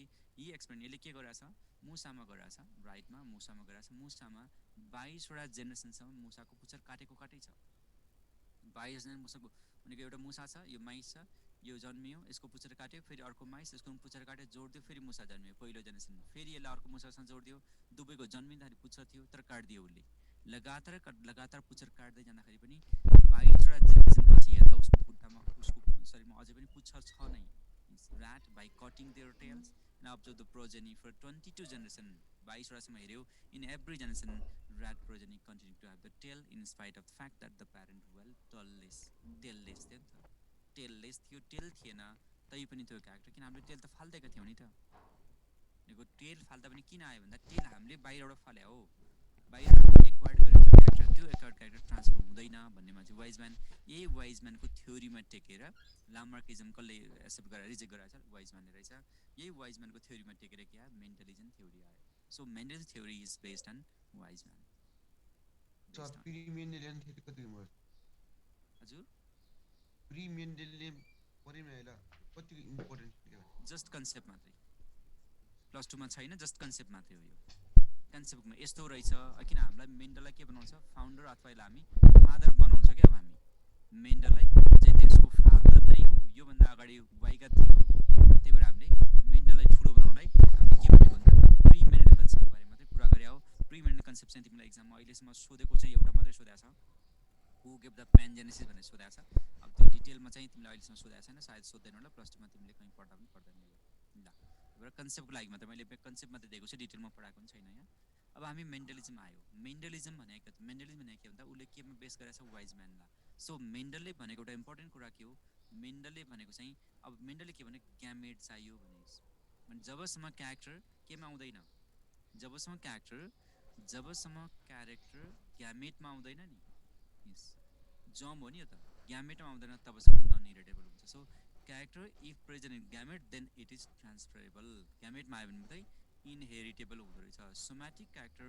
इनहेरिटेबल हुँदैन भन्ने चाहिँ वाइजम्यान थ्योरी हो यसले पनि के भनेको छ ग्यामेटको कुरा छ ग्यामेटमा क्यारेक्टर छ त्यसले ट्रान्सफर गर्छ भने हो भनेको अब हामी के हेर्नु पऱ्यो ग्यामेट बनाउने कोसिस गर्नु मेन्डलिजममा जहिले पनि ग्यामेट बनाएको गर्नु पऱ्यो यो फादर छ मदर छ यसको ग्यामेट आयो अब F1 जेनेरेसन बन्यो फेरि यसको फेरि ग्यामेट निकाल फेरि अर्को बनाऊ F2 बनाऊ फेरि ग्यामेट निकाल फेरि F3 बनाऊ हो यो जहिले पनि ग्यामेट आइरहेको छ किन भन्दा Mendelism is based theory based on Weismann theory अब मेन्डलको बारेमा अलिकति आइडिया सो अब जेनेटिक्समा सबभन्दा बढी काम गर्ने मान्छे धेरै छन् त्योमध्ये हामीले अहिले मेन्डललाई सम्झिँदा चाहिँ Mendel is father of genetics भन्न सक्छौँ यो फाउन्डर अफ जेनेटिक्स पनि हो फादर अफ जेनेटिक्स पनि हो लेखेको छु मैले father of genetics and founder of genetics inner पनि हुन्छौँ जेनेटिक्स पनि लेख्न सक्छौँ अब यो सँगै अरू मान्छे पनि छन् जेनेटिक्समा मेन्डलभन्दा अगाडि काम गर्ने धेरै मान्छे थिए तर सबै नै फ्लप भएका थिए जेनेटिक्समा सबभन्दा राम्रो कन्सेप्ट दिने मान्छे मेन्डलिजम हामी डिटेलमा पढ्छौँ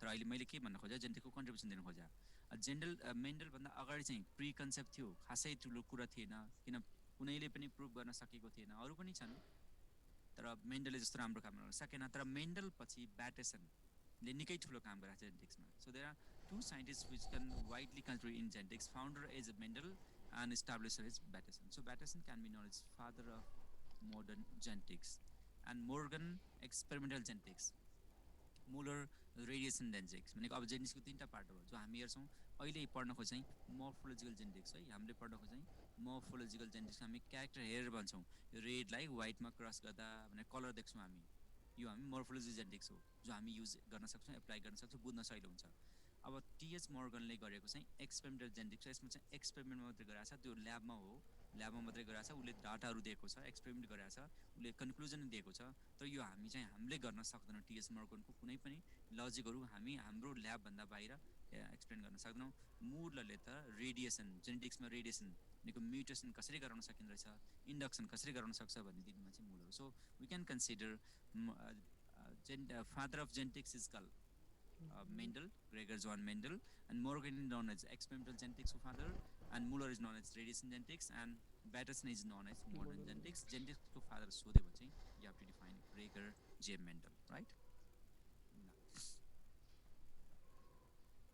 अब हामी अगाडि आउँ अब यो मेन्डललाई के भनेको थियो हामीले यसको सामान्य बिब्लियोग्राफी अलिकति हेर्नुपर्छ है किनकि सोधेको थियो को थियो भनेर सोधेको थियो कहाँको थियो को थियो भनेर सोधेको थियो धरान्तर यस्तो क्वेसन सोध्छ अब यो वर्ष थाहा छैन हामीलाई कस्तो क्वेसन सोध्छ यो वर्ष हामी अलिकति थाहा पनि पाउँछौँ यो फाउन्डर पनि भयो फादर पनि भयो तर मोडर्न लेख्नु पर्दैन है त अगस्टिन मङ्क रहेछ यो अगस्टिन मङ्क भनेको क्रिस्चियन है युज टु यो कुनै पादरी हो युज टु के अरे first use scientific method to study inheritance तर एउटा गजबको कुरा के थियो भन्दा ऊ बाई बर्थ साइन्टिस्ट होइन उसको बाउ चाहिँ निकै ट्यालेन्ट मान्छे हो ऊ चाहिँ त्यति ट्यालेन्ट होइन उसले 22 वर्षपछि पहिला म्याट्रिकुलेसन गराएको छ पढ्दाखेरि ऊ एकदमै ढिलो पढाएको छ पढ्न सकेको छैन उसको फ्यामिली कन्डिसनले गर्दाखेरि बाउ जतिसुकै स्ट्रङ्गर भए पनि उसको फ्यामिली कन्डिसन गर्दाखेरि ऊ चाहिँ के भयो फार्मर सोसाइटीमा हुर्केको थियो त्यसले गर्दा उसले पढ्न सकेन उसलाई स्कुलबाट सस्पेन्ड पनि गराएको छ अनि उसले उसको बच्चाकाल चाहिँ लगभग कमजोरमै छ त्यसले गर्दाखेरि उसले पछि सपोर्ट पाएपछि मात्रै 22 वर्षपछि म्याट्रिकुलेसन भनेको हाम्रो हिसाबले एसएलसी हो कि म्याट्रिकुलेसन उसले गरेको छ Mendel was born in the family of poor peasant in Moravia है अनि he suspended his school education due to poverty in the farmer यसमा अनि he joined the church as monk normally चलन के थियो भन्दा कमजोर मान्छेहरू चर्चमा पढ्ने चलन थियो र त्यसपछि उसले चर्चमै गएर पढाएको छ है डेटहरू याद गर्नु पर्दैन जुन डेट इम्पोर्टेन्ट छ म डेट भन्ने गरेको छु अब एकचोटि सोधेको थियो उसको इयर अफ डेट चाहिँ यो चाहिँ याद गरे हुन्छ तर यो किन जोडेको भन्दा म यसको कन्ट्रिब्युसन कुरा गर्दा यो यो चाहिँ अन्तिम मरेको दिन चाहिँ सम्झिनुपर्छ किन ऊ फेलर भएर आजित भएर फ्रस्ट्रेसनले मरेको भन्छौँ हामी उसलाई किन हामी पछि बताउँला अब ऊ चाहिँ चर्चमा गयो त्यही चर्चमा पढ्न थाल्यो र उसले मास्टर पनि गर्यो पछि पढ्दै गयो मास्टर गर्यो मास्टर डबल सब्जेक्टमा गराएको छ एउटा चाहिँ नेचुरल साइन्समा अर्को चाहिँ म्याथ स्टार्टमा गराएको छ उसले पछि त्यहीँ टिचर पनि भयो त्यहीँ मोनास्ट्रीको सबभन्दा ठुलो हाकिम पनि भयो र यो चाहिँ अहिलेका छ बर्न छ अस्ट्रियामा अगस्टिन अस्ट्रियामा पर्छ अब अहिले चाहिँ यो चेकोस्लोभाकियामा पर्छ है त ऊ युनिभर्सिटी भियनामा गयो के को लागि नेचुरल हिस्ट्रीमा पढ्नको लागि म्याथमा उसले मास्टर पनि गराएको छ त्यहाँ he return his work as teacher in natural same ठाउँमा आयो उसले म्याथमेटिक्समा पढाउनु पनि थाल्यो अनि पछि ऊ मङ्कको रूपमा आयो र पछि त्यहाँ हेड पनि भएको छ र conducted research in Pisum satisfy यो डिटेलमा जानु परेन कुन प्लान चाहिँ याद गर्ने कति वर्ष 8 वर्ष 1856 to 1864 date of experiment after 16 यो 65मा उसले पब्लिस गराएको छ याद गर्ने त अरू याद गर्नु परेन कुन प्लानमा पिसम सेटिफा वाइ पिसम सेटिफा यसको हामी एन्सर खोज्छौँ वाइ उसले किन गर्यो खोजौँला कतिवटा क्यारेक्टर लियो त्यो पनि खोजौँला किन सक्सेस भयो त्यो पनि खोजौँला किन फेलर भयो त्यो पनि हामी हेर्छौँ हो अनि उसले डाटा पब्लिस गराएको छ 65मा चाहिँ उसले स्टुडेन्टलाई सुनाएको छ 66मा चाहिँ पब्लिस नै गराएको छ यो डेट चाहिँ याद गर्ने यो डेट चाहिँ he publish is result in experiment in article तर स्टडी भनेर सोध्यो भने उसले आफ्नो बच्चाहरूको लागि चाहिँ कहिले सुनाएको थियो भन्दा 1856मा स्टडी गरे के 60 उल्टो लेख्यौँ भने 1865मा उसले के गरेको छ रिड आउट गराएको छ पब्लिस चाहिँ जस्ट अर्को वर्ष गराएको छ 1866मा गराएको छ यो प्रोसिडिङमा निकालेको छ लोकल म्यागजिन हो लोकल पत्रिकामा निकालेको छ तर एक्सेस ज्यादै कम छ यहाँ दुई तिनवटा याद गर्ने कुन प्लान पिसम सेटिफा किन हामी हेरौँला इलेक्सनमा केमा पब्लिस गर्यो कुनै एउटा आर्टिकल पब्लिस गर्यो जसको नाम छ annual proceeding of natural history society भन्ने छ कहिले 1866 यस कहिले काम गरेको 8 वर्ष कहिलेदेखि 56देखि 64सम्म र उसले स्टुडेन्टलाई सुनाएको चाहिँ 65मा हो तर 65 त्यति सोध्दैन किन पब्लिस इयर हालेको 66 चाहिँ याद गर्नु पऱ्यो 1866 यो सँगै अर्को एउटा इम्पोर्टेन्ट डेट याद गर्नु 1859 पनि सम्झिरहेको लगभग 7 वर्षको फरक छ के भएको थियो अर्गानिक एभोल्युसनमा जो निकै ठुलो कारण थियो during experiments and breeding experiments उसलाई सहिलो के भन्दा ऊ एउटा नेचुरल साइन्स पढेको मान्छे भयो पढाउन सक्ने मान्छे भयो अर्को म्याथमेटिसियन भयो डाटालाई उसले के गर्न सक्छ म्यानिपुलेट गर्न सक्दो रहेछ म्याथमेटिक्स पढेको मान्छेले हिसाब राम्रोसँग गर्न सक्यो डाटा राम्रोसँग राख्न सक्यो है design, breeding, experiments in pea plants. He carefully analyzed the results, gave the mathematical interpretation. Math no पढेको सम्भव थिएन.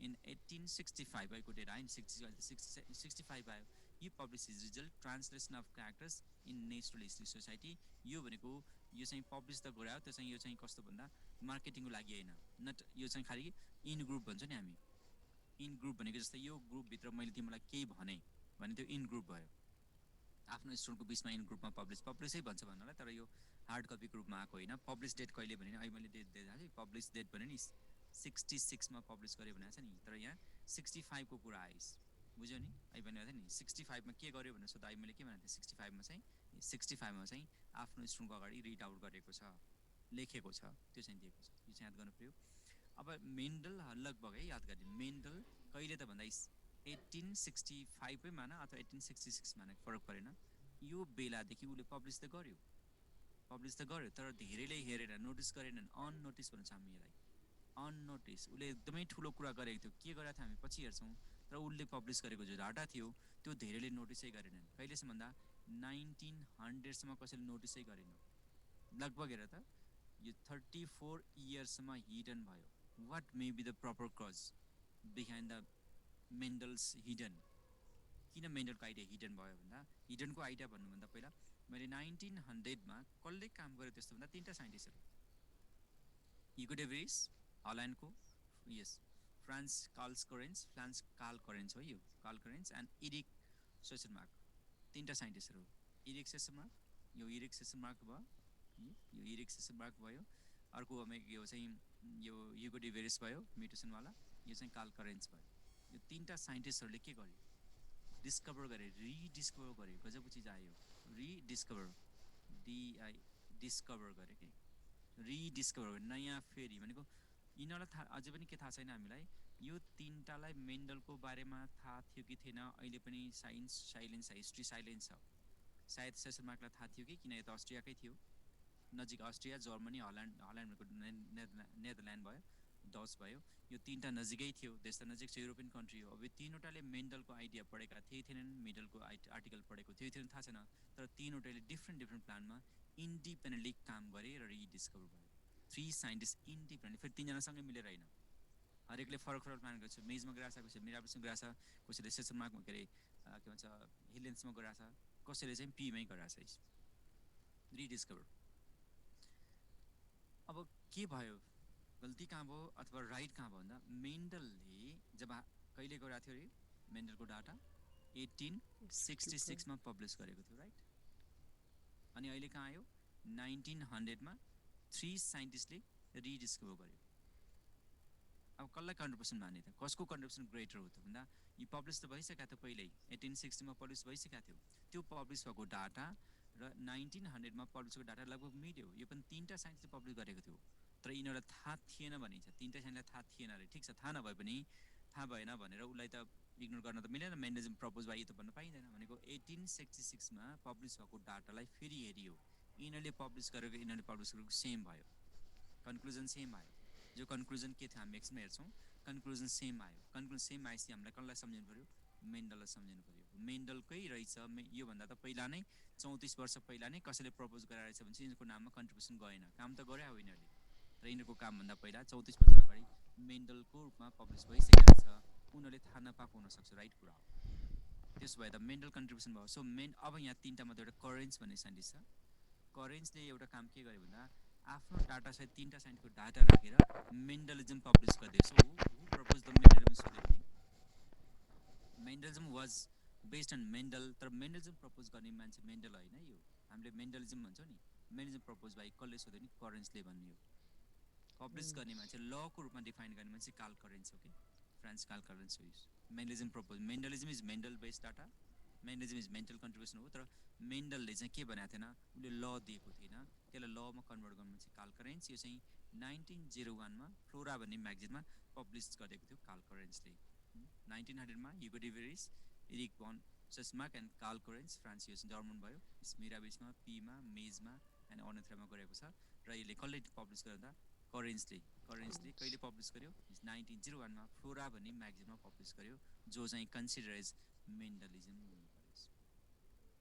मेन्डलिजममा पब्लिस भएको चाहिँ 1901 मा भनेको मेन्डलले काम गरेको 34 इयर वर्षपछि पब्लिस काम त होइन पब्लिस गरेको 34 इयर पछि रिपब्लिस भएर मेन्डल बनेर रहेछ सो आज हामीले पढ्ने चाहिँ त्यो 34 इयर पछि 1901 मा पब्लिस भएको मेन्डलिजममा के छ भनेर पढ्ने हो अब हामी दुईटा पार्ट हेर्छौँ है त अब यहाँ हेर्दा एक्चुअली अरू योभन्दा अगाडि धेरै मान्छेले काम गरेका छन् है धेरै मान्छेले काम गरेका छन् तर यो नै मेन्डल नै किन सक्सेस भयो यसमा पी लेखेको छ मिराबिलिस लेखेको छ मेज लेखेको छ अनेथ्रा अहिले हामीले यो प्लान्ट लिएर गऱ्यो भने नाउडेज हामी मेन्डल प्रुभ गर्न सक्छौँ सक्दैनौँ मेन्डलले नगर्न सकेको भए नगरेको भए सायद यिनीहरूले गर्थ्यो होला नि तर यिनीहरूले पनि नगरेको भए मेन्डलिजम प्रुभ हुन सक्दैन किन भन्दा उनीहरूले सेलेक्सन गरेको मेटेरियल एकदम बेस्ट थियो कारण के किन यसमा प्योर क्यारेक्टर मात्रै छ अहिले त हामी हाइब्रिड छ नि हाइब्रिडमा क्रस सम्भव किन हामीले क्रस गर्दा मैले हिजो पनि भनेको थिएँ क्रस गर्दा जहिले पनि प्यारेन्ट के हुनुपर्छ प्यारेन्ट होमोजाइगस नै हुनुपर्छ भने चाहिँ अब हामी होमोजाइगस भने त प्योर हो नि त अब प्योर क्यारेक्टर अब त छँदै छैन सबै क्यारेक्टर मिक्स भइसकेको छ यहाँ प्योर नेवार पनि छैन प्योर ब्राह्मण नि छैन प्योर ककेसी नै छैन प्योर मङ्गोलियन पनि छैन कि मिक्स भइसक्यो यहाँ त प्योर बाहुन भन्ने नै छैन प्योर छेत्री प्योर नेवार भन्ने यो चाहिँ ब्रिडको हिसाबले गरेको डिफाइन गरेको अब बाहुन छेत्रीलाई डिफाइन गर्नु त मलाई बेटर के हुन्छ ककेसियन पोलिनेसियन मङ्गोलियन अब संसारमा प्योर जाति भन्ने नै छैन एउटा जातले अर्को जातसँग बिहे गरिसकेका छ त्यो म्युट भएर आइसकेका छ अथवा हाइब्रिड भएर आइसकेको छ किमेरिक भन्छौँ आइसकेका छ तर प्योर त अब छैन तिमीले नेचरमा प्योर पाउँदैनौ अब सम्भव छैन प्योर बनाउने भने तिमी आफैले बनाउनुपर्छ रेगुलर 5 देखि 10 जेनेरेसन चाहिँ सेल्फिङ गऱ्यो भने मात्रै प्योर निकाल्न सक्छौ त्यही भएर कसरी सक्सेस भयो भनेर सोध्यो भने pea plant are usually self pollinate easy cross pollination हुन्छ pure line characters heavy pure line सबभन्दा इम्पोर्टेन्ट क्यारेक्टर मतलब pure line character having sharp visual contrasting character tall र ड्वाफै छ बिचमा इन्टरमिडिएट छैन यदि येलो छ भने ग्रिन नै छ बिचमा मिक्स भएर आएकै छैन यदि रेड छ भने यसको जस्ट अपोजिट व्हाइट भएर आएको छ, अब बिचमा पिङ्क भन्ने टर्म आएको छैन कि, निकै राम्रो क्यारेक्टर्स हो र special care was taken to avoid cross pollination गराएको छ उसले। हाइब्रिडहरू पर्फेक्टली फर्टाइल छ, नर्मली हाइब्रिड स्टाइल हुन्थ्यो, हाइब्रिड फर्टाइल छ र उसले क्यारेक्टर सेलेक्सन गर्दा टोटल मेरो 7वटा पेयर लेखा छ। यो 2 2 2 एन्ड 1 भन्छौँ हामी। 2 from flower, 2 from fruits, 2 from seeds and 1 from stem. र उसले सबभन्दा राम्रो स्ट्याटिकल रेकर्ड राम्रोसँग राखेको छ। These are the success story behind the Mendelism. यो चाहिँ you can write or you can लेखे पनि हुन्छ, स्क्रिनसट गर्नुभन्दा लेख त, यो +2 पनि काम लाग्छ। Why Mendelism was success. ठिक छ, यो पोइन्ट हामीले खोल्दै जान्छौँ है त। जस्तै पी फ्लावरमा सेल्फ कसरी गर्ने, क्रस कसरी गर्ने, भिजुअल सार्प कन्ट्रास्टिङ क्यारेक्टर भनेको के मैले बताइदिएँ नि। टल र डवार्फ छ, एउटा 3 फिट छ भने अर्को 2 फिट छ, बिचमा 3.1 अथवा 2.5 यस्तो केही पनि छैन क्या, एकदमै। उसले अब कसरी क्यारेक्टर सेलेक्ट गरेर थाहा भएन, तर उसले सेलेक्ट गरेर क्यारेक्टर धेरै क्यारेक्टर छ नि त त्यहाँ। उसले पहिला त 14वटा क्यारेक्टर सेलेक्ट गराएको थियो, 14 पेयर क्यारेक्टर सेलेक्ट गराएको थियो। त्यो 14 पेयरमध्ये उसले घटाएर 7 पेयरमा ल्यायो। 28वटा क्यारेक्टरमध्ये उसले जम्मा 7वटा मात्रै सेलेक्ट गर्यो, त्यो पनि 7वटा पनि केबाट फ्लोरल क्यारेक्टर्स लिएको छ, फ्लावर, फ्रुट, सिड। एउटा मात्रै स्टिमबाट लिएको छ, जम्मै रिप्रोडक्टिभ क्यारेक्टर लिएको छ। यो किन उसले लियो, किन यसले छान्यो, अब वास्तवमा साइन्टिस्ट त होइन, अब यो इन्टेन्सनली हो कि जानेर हो कि बाई लक भएको हो कि कतिले के भन्छ यो सेरेपेन्डी हो, अचानक भएको, उसले छान्यो, छान्दाखेरि राम्रो पऱ्यो भन्छ। किन अहिले हामीले छान्यो भने त्यो सम्भव छैन क्या, उसले चाहिँ पेयर नै राम्रो क्यारेक्टर छानेको थियो भन्न सकिन्छ। सायद सेरेपेन्डी भए पनि जे भए पनि, लक भए पनि, जे भए पनि उसले गरेको काम त सक्सेस भयो, हामीलाई त्यति थाहा छ, उसको काम सक्सेस भयो, यति चाहिँ थाहा छ। त्यसपछि किन हिडन भयो त, यत्रो वर्ष किन लुक्यो त? यसमा जम्मा 3टा पोइन्ट चाहिँ हामी 4वटा पोइन्ट डिफाइन गर्छौँ। एउटा के हो, मैले एउटा डेट भनेको थिएँ, यो अनसाइन्टिफिक एप्रोच थियो। उसले लोकल म्यागजिनमा पब्लिस गरेको थियो, कुनै ऊ त साइन्टिस्ट थिएन नि त। जस्तै कान्तिपुरमा कसरी लेखिदियो भने, नेपालको गोर्खापत्रमा कसरी लेखिदियो भने साइन्टिस्टहरूले पढ्छन् थियो, नट नेसेसरी। नेपालको कान्तिपुर गोर्खापत्र लेखेको साइन्टिस्टहरू, नेपालको साइन्टिस्टले त अलिअलि पढ्लान्, तर सबैले कहाँ पढ्छ किन? चाहिँ मलाई मेरो कन्सर्न छैन थियो, म पनि हेर्दिनँ। मलाई चाहियो भने हेर्ने हो नि, लोकल न्युजहरू, पोलिटिकल न्युजहरू कन्सर्न कसलाई हुन्छ, जो त्योसँग इन्भल्भ हुन्छ। अब नेपालमा साइन्टिफिक जर्नलमा पब्लिस भएको चिज विदेशीले हेर्ला, तर नन साइन्टिफिक पब्लिस गरेको कसैले पनि हेर्दैन, साइन्टिस्टले हेर्दैन।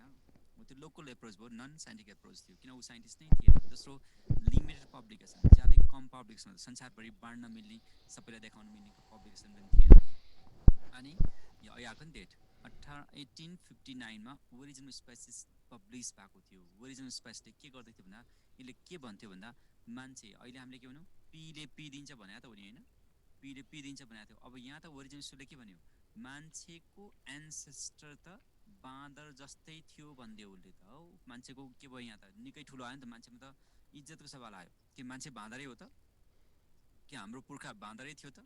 कसले भने हो? ओरिजिनल स्पेसले भने हो नि यो कुरा त। जब कि मेन्डलले के भन्थ्यो, पीबाट केराउबाट केराउ आउँछ, यो त जसलाई पनि थाहा छ नि, कसले सुन्छ र यो केराउबाट केराउ आउँछ, कसैले सुन्दैन। तर बाँदरले मान्छे दिएको भनेपछि त हो, मान्छेको दिमाग त्यहाँ गयो, हो र हामी त बाँदरै थियौँ। दुनियाँ संसार हुँदा हुँदा डार्विन तिमीले पढ्यो भने, डार्विनको फिगर अहिले पनि नेटमा सर्च गरेर डार्विनलाई तिमीले यसको इमेज सर्च गरेर डार्विनको अनुहारमा आधा चाहिँ मङ्कीको फोटो राखेको हुन्छ, आधा चाहिँ ह्युमनको फोटो राखेको हुन्छ। यतिसम्म उडाएको छ मान्छेलाई, हामी त बाँदरको सन्तान होइन, डार्विन त ठ्याक्कै बाँदर जस्तो रहेछ सम्भव भने मान्छेहरूले बिजोग बनाइदिए बिचरा डार्विनलाई। तर डार्विन त डार्विन नै हो नि, जे पनि जसले जेसुकै भने नि उसले भनेको कुरा हामी मान्छौँ अहिले त। तर यो डार्विनको कुरा सबैले गर्न थालेको हुनाले मेन्डलको कुरा कसैले गर्नै थालेनन्। मेन्डलले के भने पीबाट पी दिन्छ, दियो त दियो, सक्यो हो त, के ठुलो कुरा भयो त। माओले बच्चा पाउँछ के ठुलो भयो त, मान्छेले बाँदर पाए पनि फरक कुरा भयो त। इज्जत जोडिएको हुनाले सबैले लगभग ओरिजिनल स्पेसले संसार चाहिँ लगभग 22 देखि 30 वर्ष खाएको छ। लगभग 72सम्म 1872सम्म साइन्समा कुनै क्रान्ति भएकै छैन। सबैले कसको कुरा गर्ने, त्यो आर्टको मान्छे भए पनि, साइन्सको मान्छे भए पनि, 10 कक्षा पढ्ने स्टुडेन्ट भए पनि, जसले बुझ्छ ऊ सबैले के भन्ने, ओहो मान्छे त बाँदरबाट आएको रहेछ, ओहो मान्छे त बाँदरबाट आएको रहेछ हो। त्यही कारणले गर्दाखेरि मेन्डलको कसैले सुनेन। फाइनली उसले पनि के गर्न सकेन। साइन्टिस्टहरू धेरै छन् त्यो बेला पनि, साइन्टिस्टले काम पनि गरेका छन्। मेन्डललाई भनेको थियो, मेन्डलले के भन्थ्यो, तिमीले केमा गरेको, पीमा गरेको, ठिक छ, तिम्रो डाटा आयो, त्यस भए यो पी प्लान्ट अरू प्लान्टमा रिपिट गर न, अदर प्लान्टमा गर त।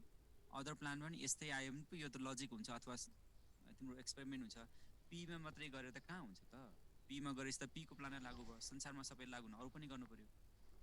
त्यो युनिभर्सल गर्नको लागि यसलाई रेप्लिकेसन गर्नु पर्यो, धेरै रेप्लिकेसन गरेर अरू प्लानेटमा सेम डाटा आयो भने तिम्रो युनिभर्सल ल हुन्छ। युनिभर्सल ल हुनको लागि सबैतिर लागू हुनु पर्यो भनेर साइन्टिस्टहरूले भने, उसले चिनेका मान्छेहरूले भने, तर उसले गर्यो पनि, तर सेम डाटा अरूमा चाहिँ आएन। उसले मिराबिलिसमा गर्यो, पीमा नि फेरि रिपिट गर्यो, त्यो पनि उसले भने जस्तो पुरानो डाटा र नयाँ डाटा भ्यालिड भएन। त्यसपछि अनसक्सेसफुल भएर मैले गरेको बेकार रहेछ, मैले गरेको लजिक नै रहेछ भनेर ऊ चाहिँ 1884मा मरेको छ। साइन्टिफिक फेलरको रूपमा मरेको छ भन्ने कन्सेप्ट छ क्या यो। ल अब उसले दिएको के हो त, आज हामी फन्डामेन्टली यहाँ पुग्छौँ अन्तिमतिर सम्ममा। उसले भनेको के हो भन्दा, मेन्डल भनेको यो मेन्डलिजम भन्ने टर्म दिने मान्छे चाहिँ को रहेछ, करेन्स भनेको छ मैले। उसले दुई किसिमले डिफाइन गरेर, एउटा फन्डामेन्टल्स जो ल होइन, यो नट अ ल होइन, बुझ्नु चाहिँ पर्छ, ल चाहिँ होइन, दोस्रो चाहिँ ल नै हो। त्यो ल भनेको पिरियड अफ ग्यामेट्स, यो भनेको फर्स्ट ल हो, यो भनेको सेकेन्ड ल, दुईवटा ल छ। अब यहाँ अलिकति फरक छ, तिमीलाई पढ्दा के हुन्छ, ल अफ डोमिनेन्स छ भन्छ तिमीहरूले, यो 1 नम्बर लेख्या हुन्छ, यो 2 नम्बर लेख्या हुन्छ, 3 नम्बर लेख्या हुन्छ कि। अब मैले यो पनि थप्दै, अब त मैले 1 मा यो लेखेँ, 2 मा यो लेखेँ, 3 मा लेखेँ, 4 मा लेखेँ, तिमीले जसैसुकै पढ। ल अफ डोमिनेन्सलाई 1 नम्बरमा राख, यसलाई 2 नम्बर राख, यसलाई 3 नम्बर राख, केही फरक पर्दैन। तर मेन्डलमा कतिवटा ल छ भन्ने कति भन्नु छ, दुईवटा मात्रै ल छ है। ल अफ डोमिनेन्स भनेको ल हो, लेखे पनि ल, लेखे पनि यो ल होइन, युनिभर्सल क्यारेक्टर हो, यो पनि युनिभर्सल क्यारेक्टर, ल लेख्दैमा ल हुँदैन कि। सो युनिभर्सल, यो दुईवटा बुझिएपछि बल्ल हामी फर्स्ट ल र सेकेन्ड लमा जानुपर्छ। So Mendel propose how many laws भने 2, जस्ट 2 मात्रै। फर्स्ट ल भनेको ल अफ डोमिनेन्स होइन नि, ल अफ पिरियोडिक ग्यामेट्स हो, जसलाई हामी ल अफ सेग्रिगेसन हो। सेकेन्ड ल भनेको हो इन्डिपेन्डेन्ट एचिभमेन्ट हो। सो आज हामीले पढ्ने चाहिँ सर्टमा यो पढाउँछु, बाँकी भोलि तिमीले गर्न सक्छौ। ल अब यसले भने के हो त, law of paired character, law of dominance, law of segregation, law of independence, यो मध्ये यो दुईवटा ल होइन भनेको छ है मैले। ल यसलाई म यहाँ बुझाउँछु। पहिलो के भनेको छ अरे, ल अफ युनिट क्यारेक्टर भनेको छ नि होइन। युनिट क्यारेक्टर भनेको यसलाई कसरी बुझ्ने, युनिट क्यारेक्टर भनेको एलिलिजम भन्ने के, एलिलिजम। यसमा सर्टमा मात्रै एउटै मात्रै, every character remain in pair, बस यति हो यसको definition. Every character remain in pair equals to allele, allelomorph भन्छौँ हामी त्यसलाई हामी सर्टमा चाहिँ के भन्छौँ, एलिल भन्छौँ। इट मे बियर भन न, same character, it may bear same character or different character.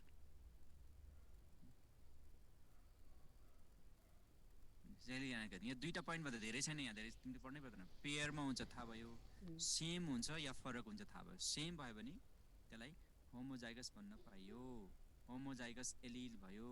अनि फरक भयो भने हेट्रोजाइगस एलिल भन्यो हो। यति हो यसको मिनिङ, कसको, युनिट क्यारेक्टर भनेको यही हो, यति हो कि यसमा। अनि एउटा पोइन्ट थप्दै मैले, हेट्रोजाइगस यदि हो भने याद गर्ने, हेट्रोजाइगसमा फेरि के हुन्छ, दुईवटा हुन्छ नि त। यो मध्ये only one is express, one express, एउटा एक्सप्रेस हुन्छ, अनदर हिडन हुन्छ, अनदर हिडन हो। यहीँबाट सुरु हुन्छ दोस्रो। अब यहीँ थपिदिन्छु म। अब वान एक्सप्रेस भएको चाहिँ के भन्यो भन्दा, एउटै मात्र एक्सप्रेस हुन्छ, त्यसलाई हामी डोमिनेन्ट भन्न पर्यो। जो हिडन हुन्छ त्यो चाहिँ रेसिभ हो। यो भनेको चाहिँ ल अफ डोमिनेन्ट हो। यहाँ सुरु भयो ल अफ डोमिनेन्स आयो, यो चाहिँ ल अफ डोमिनेन्स भयो। ल अफ डोमिनेन्स भने पनि सँगै आयो, दुईवटा सँगै पढाएँ मैले। यो भोलि हामी यहीँबाट सुरु गर्छौँ, किन यो मैले अलिकति सर्टमा दिएको, एकचोटि हेरेर आऊ। दुईवटा सँगै आयो, law of unit character, law of dominance एउटै हो। युनिट क्यारेक्टर भनेको एउटा, हरेक चाहिँ क्यारेक्टर पेयरमा हुन्छ, त्यो पेयर सेम भयो भने होमोजाइगस हुन्छ, फरक भयो भने हेट्रोजाइगस हुन्छ। अब सेम भयो भने त कुरै गर्नु पर्ने, डिफ्रेन्ट भयो भने दुईवटा हुन्छ। दुईवटै देखिँदैन नि त, एकचोटिमा एउटा मात्र देखिन्छ। जुन देखिन्छ त्यो डोमिनेन्ट हो, जुन देखिँदैन त्यो रेसिभ हो। यो चाहिँ ल अफ डोमिनेन्स भयो, यो चाहिँ दोस्रो ल अफ डोमिनेन्स भयो, यो ल अफ युनिट क्यारेक्टर।